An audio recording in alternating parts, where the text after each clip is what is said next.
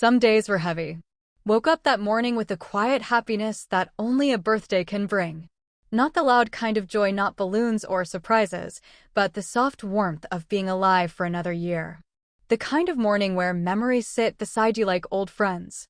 I lay in bed listening to the house breathe. The walls knew me. The floorboards knew my footsteps. This home had held my laughter and my tears for decades. I believed I knew every corner of my life. Every habit of the man sleeping beside me. 30 years of marriage does that to you. It makes certainty feel permanent. It makes trust feel like air. Invisible but always there. I got up early. I always did on my birthday. I liked to make my own coffee. I liked the silence before the world remembered me. The sun slipped through the window and rested on the table. I remember thinking how gentle the light felt that morning. I did not know it was the last gentle moment of my old life. By noon the house filled with unfamiliar sounds. A car door outside. Voices I did not recognize. My husband stood at the door. His face pale. His hands shaking. He said my name in a way he never had before. He said, "There is something I need to tell you." 30 years collapsed into one breath. He stepped aside. And they walked in. A woman close to my age. 2 grown children.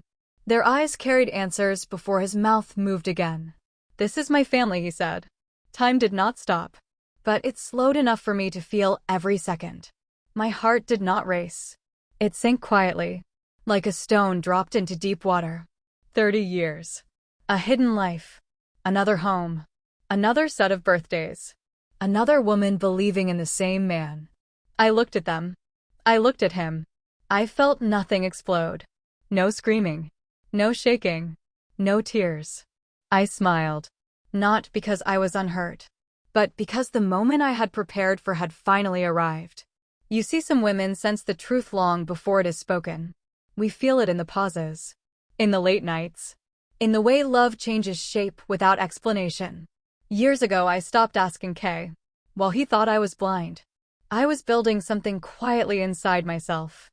Strength. I invited them to sit. My husband looked confused. The woman looked relieved. The children looked afraid. I walked to the bedroom. Opened the drawer. And took out the box. It was small. Simple. Nothing special from the outside. I placed it on the table. In front of him. "This is for you," I said. He opened it. Inside were papers. Documents. Proof. Years of it. Property deeds in my name. Accounts he did not know I controlled. Legal agreements. A letter I had written years before and never sent. In that letter I forgave him. Not for what he did, but for who he was. I explained everything calmly. That I had known. That I had protected myself. That the life we shared was ending here. The room filled with silence. Not anger. Not chaos. Just truth. I stood up. Looked at the woman. And told her this was never her fault. I looked at the children. And told them they deserved honesty. Always. Then I looked at the man I once loved. And thanked him. Because betrayal had forced me to become someone stronger than I ever imagined. I walked out of the house. The same house that had held my life. But no longer held my future. Outside the sun was still shining. The world still moving. It was my birthday. And for the first time in 30 years, I belonged completely to myself. That night I did not cry. I slept peacefully. Because freedom feels like rest. In the days that followed, people asked how I stayed so calm. How I smiled. How I survived. The truth is, I did not survive. I transformed. This is not a story about revenge. It is a story about preparation. About quiet courage. About choosing dignity when chaos is offered. Brave women do not always raise their voices. Sometimes they simply walk away with their power intact. If you are listening to this, and you feel something familiar in your chest, trust it. Your strength may already be waiting in a box of your own. She did not rush away from that day. She moved forward slowly. With intention. With awareness. In the hours AF. She drove without music. Letting the road absorb what her heart no longer needed to carry. Every mile felt like a release. Not because the pain was gone, but because it finally belonged to the past. She checked into a quiet hotel under her own name. something she had never done alone before. The clerk smiled and wished her a happy birthday. And for the first time that day, the words did not feel heavy. She stood by the window that night watching city lights blink like distant promises. She thought about the woman she used to be, the one who believed love meant endurance, the one who confused loyalty with silence. She realized how carefully she had been taught to stay, how rarely she had been taught to choose herself. In the days that followed, the truth spread quietly. Friends called. Family asked questions. Some urged forgiveness. Others urged anger.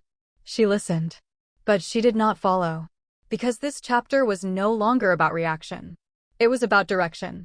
She met with lawyers, with advisors, with herself. Every meeting confirmed what she already knew. She was safe. She was secure. She was free. Her husband tried to reach her. Messages filled with regret, with explanations, with memories he hoped would soften her resolve. She read none of them. Not out of cruelty, but out of clarity. She understood now that closure does not come from conversation. It comes from decision. She began to rebuild her life deliberately. New routines, new mornings, new definitions of peace. She learned that strength is not loud. It does not announce itself. It shows up as boundaries, as calm, as walking away without looking back. On what would have been another ordinary day, she opened the box again, not to remember him, but to remind herself. She had trusted her intuition. She had honored her future. She had chosen preparation over panic. And that choice changed everything. This was not the end of her story. It was the moment it finally became hers.